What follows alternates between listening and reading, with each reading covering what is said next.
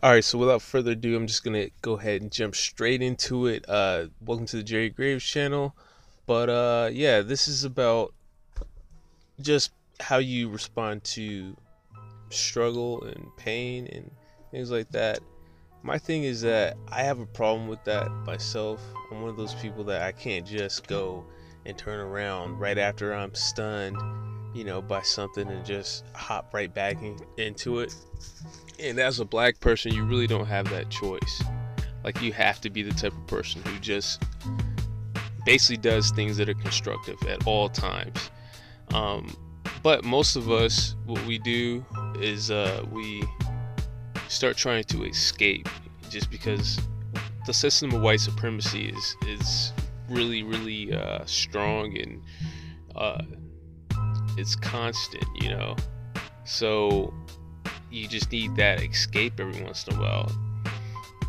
And usually, for me, my escape comes after something bad happens. I might do the bare minimum of what I need to do to survive, and then after that, I escape.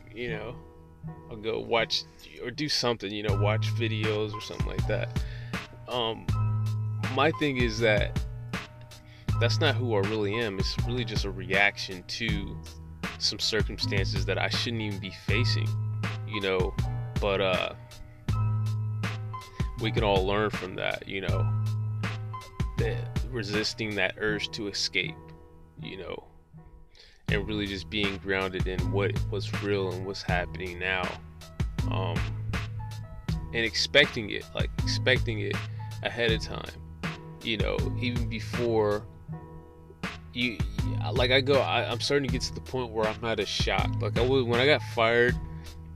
I wasn't shocked. I expect bad things to happen now, just because that's how my life has been. This isn't, like how I just said that I got laid off, and then I had my car was messing up, and then now I got fired. That for me, even though it still shakes me up, it doesn't shock me because this happens to me all the time. These types of situations, not in a normal way, like, oh, bad things happen. I'm talking about, this is, I think I have more pressure on me than the average black person. And black people have a lot of pressure on them, and it just happens. And of course, I don't really have the parents to go run to and things like that, so it takes a toll. But the point is that even I have to sit up here and try to learn how to be something that I'm not naturally equipped to handle all of this. Like, to just go from being laid off, worried about that, and then car, and then losing your job, and then starting a new job, or even worried about getting a new job, but then meeting new people, possibly having to move somewhere else. All of that, that's such a that's not me. It's just not me. I'm not naturally equipped to deal with all of this change and all these downturns and meeting all these people and moving. And I'm not the type of person who is good at that. Even though I mean, I grew up, like, I moved a lot as a kid. I'm used to a lot of stuff, but that's just still not me. I still have to learn.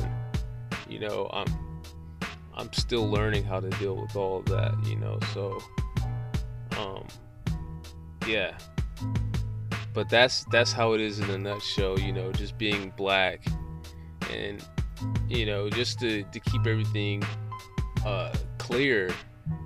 This is how it is.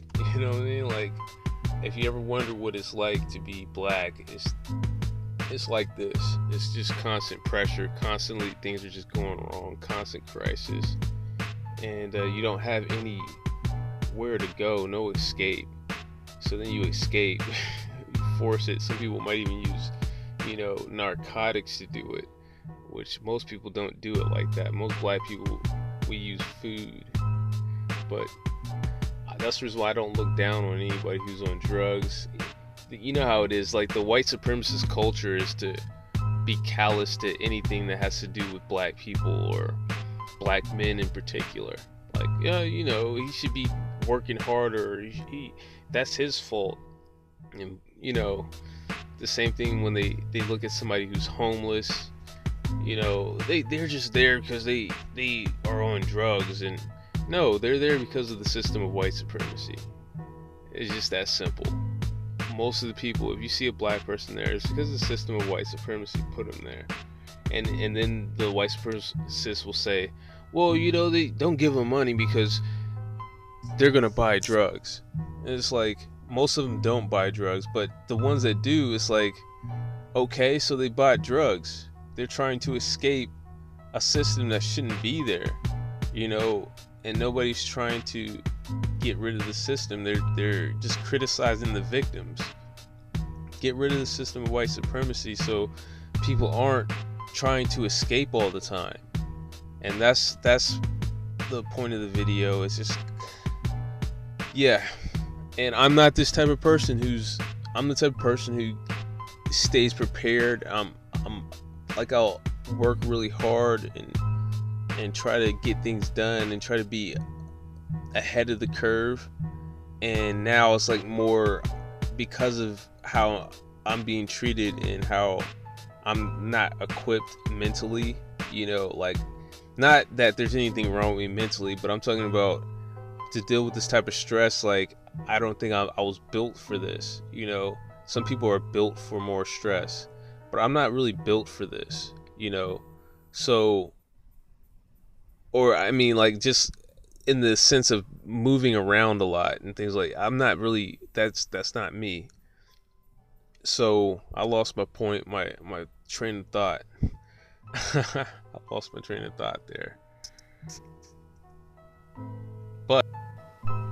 But yeah, like I said, I'm just not built for it. So it's just, you know, I have to learn to be almost perfect and just to be a different person all the time. Like, you know what I mean? Like, I'm constantly having to transform myself into something else because who I am is just not naturally equipped to deal with this type of stress, you know. And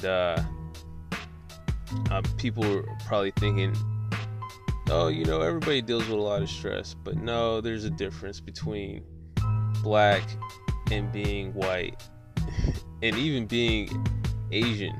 The darker you are, like, just being included in the class of being black is harder, and then the darker you are, the harder it's gonna be, right?